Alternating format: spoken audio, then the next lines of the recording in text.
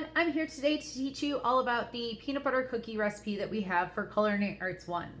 So for our recipe ingredients, you're going to need some flour, some sugar, some brown sugar, some butter, some peanut butter, some vanilla, baking soda, baking powder, and an egg. Okay, I have all my ingredients ready and we're going to get started with step number 1. Okay, so step number 1 for the peanut butter cookie recipe is to mix a half a cup of peanut butter with a half a cup of butter.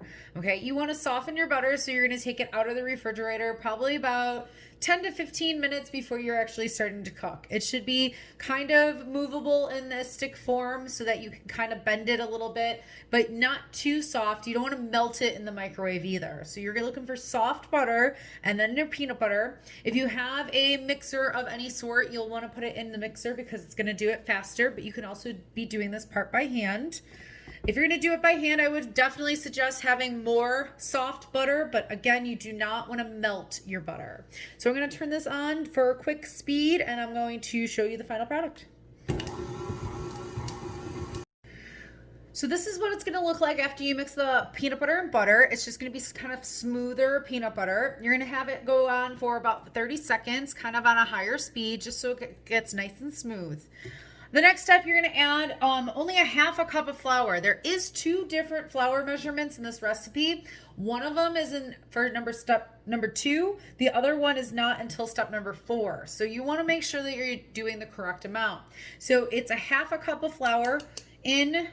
It is both sugars, so brown sugar, the white sugar, the egg, baking powder and baking soda, and my vanilla. I'm going to mix this all together. I'm going to stop when it gets mixed and there's no more dry ingredients. Okay, so it's all mixed in together. Now I'm going to add in the extra cup of flour. I'm going to add that right on top, the 1 cup of flour. This time when I turn it on, I'm going to make sure that I turn it on kind of a slower speed so that way it doesn't kind of make all that mess of the flour. I'm going to mix this until it's thoroughly mixed. All right, it's all mixed in. I'm going to kind of just use a rubber scraper here to make sure that it's all mixed together from the bottom if needed. You can do this last part by hand. What I'm going to recommend then is that you pop this into the refrigerator for at least an hour. You don't want your dough to be too soft when you're scooping your cookies. In class, we would normally bake or make the dough one day and then not bake cookies until the next day. We would have it overnight into the refrigerator. But at home, you should probably refrigerate it for at least an hour just to kind of cool off that dough, making sure that it's not too soft when it's going in the oven. Soft cookie dough is going to make your cookies spread a little bit more and kind of be flat. And so you want kind of a colder cookie dough going inside the oven. All right. My cookie dough has been freezing or in the refrigerator for about an hour or so, and so it's nice and cold. I'm scooping out cookie dough balls. You can use a cookie scoop, you can use a tablespoon. You just want to make sure they're all the same size. I'm going to be starting out with 12 because 12 can fit on a sheet pan. Okay, you also need 2 tablespoons of white sugar in order to roll each of these cookies. So what you're going to do is you're going to kind of, once you scoop it out, you're going to kind of roll it out to kind of make it smooth. Now you don't want to do this for too long because you're kind of just going to remelt the peanut butter and the butter. You're going to then roll it around in the sugar to coat it. And you're going to lay it down. You're going to continue doing this with all the cookie dough that you have. You're going to need probably about 2 sheet pans. You should be able to make 24 cookies or so if they're all the same size. You're going for probably a heaping tablespoon full if you don't have a cookie scoop. Okay, your next step is going to be that you take a fork and you're going to use the tines of the fork and you are going to do kind of a hashtag on each little peanut butter cookie. So you're going to, I'm going to start on this one, you're going to go crisscross, go one way, kind of flatten it out a little bit and crisscross the other way to kind of make that tic-tac-toe hashtag sign. Okay, you're gonna flatten out each one.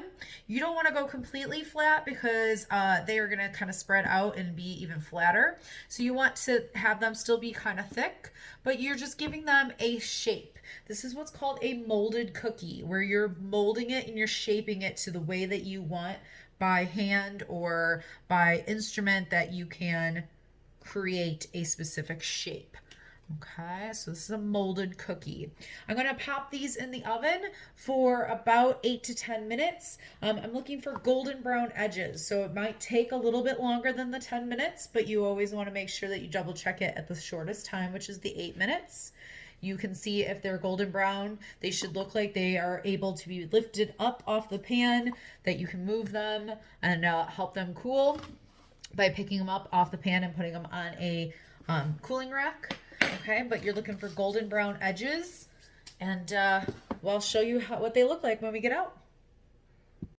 Okay, so I kept these in for about 11 minutes, so 1 extra minute. I checked at 8. They were still puffy and kind of looked a little moist still, and so I wanted to pop them in for a couple more minutes. At 10 minutes, they looked okay, but I wanted to give that 1 extra minute, and these are absolutely perfect. Golden brown. It looks like I'm able to pick them up if I go twist them a little bit.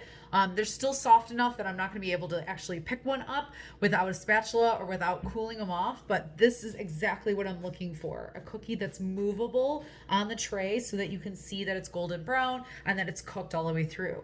So you can use a spatula and individually put each one onto a cooling rack, but I also like to save some time, and I'm going to watch my fingers and I'm going to just slide them onto the cooling rack like this. If you were making all of them, you'd probably have about 24 left, or 12 left, 24 total. And these are absolutely delicious, let me tell you. So if you are going to be making these cookies for our cookie week, I hope you enjoy these. These are a molded cookie and they're absolutely delicious. Let's take a look. Oh, that's perfect. All right. Have a great day. Thanks.